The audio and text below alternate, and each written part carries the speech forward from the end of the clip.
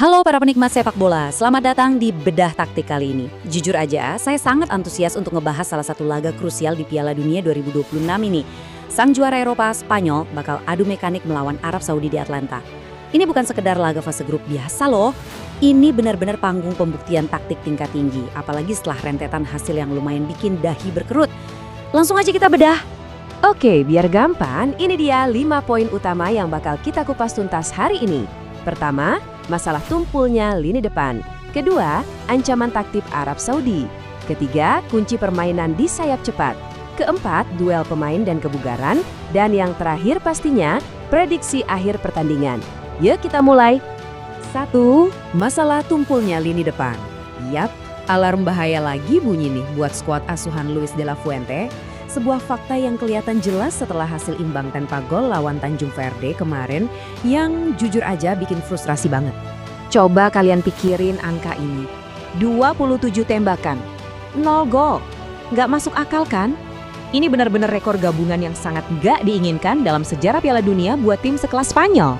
Maksudnya begini, Luis de la Fuente pasti nuntut perbaikan besar-besaran dari anak asuhnya. Kenapa? Karena penguasaan bola yang dominan, ngurung lawan di area mereka sendiri, itu semua nggak ada artinya sama sekali kalau mereka tumpul di sepertiga akhir lapangan. Menguasai bola itu penting, ya, tapi kalau nggak masuk ke gawang ya percuma. Lanjut ke bagian 2, ancaman taktik Arab Saudi. Nah, ini yang bikin makin seru. Tuan rumah Piala Dunia 2034 ini punya struktur taktis yang sangat pas untuk mengeksploitasi kelemahan Spanyol tadi. Dan perbandingan di layar ini benar-benar ngejelasin semuanya. Di sebelah kiri kita lihat gimana Spanyol sampai frustrasi berat nembus pertahanan rendah Tanjung Verde. Terus di sisi kanan, coba deh perhatiin gimana Arab Saudi main lawan Uruguay. Mereka bertahan super solid di dalam kotak penalti. Dan bahayanya, mereka selalu ngancam lewat skema bola mati. Polanya mirip banget. Makanya wajar kalau analisisnya nyebutin begini.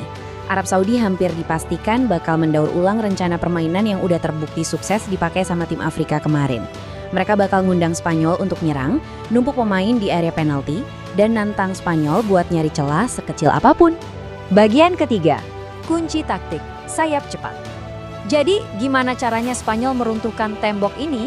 Jawabannya jelas. Mereka harus mengontrol zona krusial pakai pemain sayap mereka. Nah, buat kalian yang mungkin nanya-nanya, kita luruskan dulu definisinya. Blok rendah atau low block itu adalah taktik bertahan ekstrim di mana semua pemain mundur jauh banget ke area pertahanan mereka sendiri. Tujuannya cuma satu, nutup ruang gerak dan nyerap serangan lawan. Inilah benteng yang sukses dibangun Tanjung Verde dan yang pasti bakal didirikan lagi sama Arab Saudi nanti. Terus gimana cara bongkarnya? Pastinya semua berawal dari tengah. Coba lihat trio gelandang Spanyol ini. Pedri, Rodri, dan Fabian Ruiz. Ketiganya ini master dalam ngatur tempo dan ngontrol lini tengah. Tapi masalahnya mereka butuh ancaman langsung yang bisa ngeksekusi peluang di depan. Makanya besar kemungkinan Ferran Torres bakal digeser posisinya jadi penyerang tengah biar ada ancaman mematikan di dalam kotak penalti. Keempat, duel pemain dan kebugaran. Taktik jenius di atas kertas bakal percuma kalau pemainnya nggak siap, betul? Mari kita lihat duel kunci dan masalah cedera yang membayangi laga ini. Singkatnya gini, Spanyol butuh banget, sangat butuh Lamine Yamal bugar dan main sejak awal. Tanpa dia, serangan mereka berasa pelan dan gampang banget ditebak. Ingat laga kemarin, pas dia baru masuk di babak kedua, Tanjung Verde udah keburu nyaman bertahan.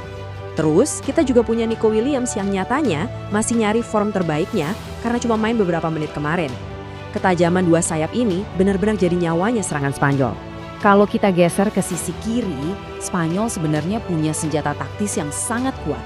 Marco Kurela terbukti bisa ngasih ancaman konstan lewat lari kali overlappingnya dari belakang. Dan asyiknya, dia di backup penuh sama Aymeric Laporte yang selalu dominan jaga pertahanan. Kombinasi yang solid banget. Tapi tunggu dulu, yang paling menarik ada di sini. Jangan lupain ancaman nyata dari kubu Arab Saudi. Kenalkan, Salem Al-Dawsari. Teman-teman pasti ingat kan gol kemenangan ikonik dia waktu ngelawan Argentina di Piala Dunia 2022? Penyerang sayap kiri ini bukan pemain sembarangan. Dia adalah tipe pemain besar yang hidup di panggung-panggung krusial. Duel dia di sisi sayap nanti dipastikan bakal sengit dan wajib ditonton. Sekarang, bergeser jauh ke seberang lapangan, pertanyaan terbesarnya adalah Mampukah kiper Muhammad Al-Owais nahan gempuran habis-habisan dari barisan depan La Roja? Ini kepingan terakhir puzzle pertahanan mereka.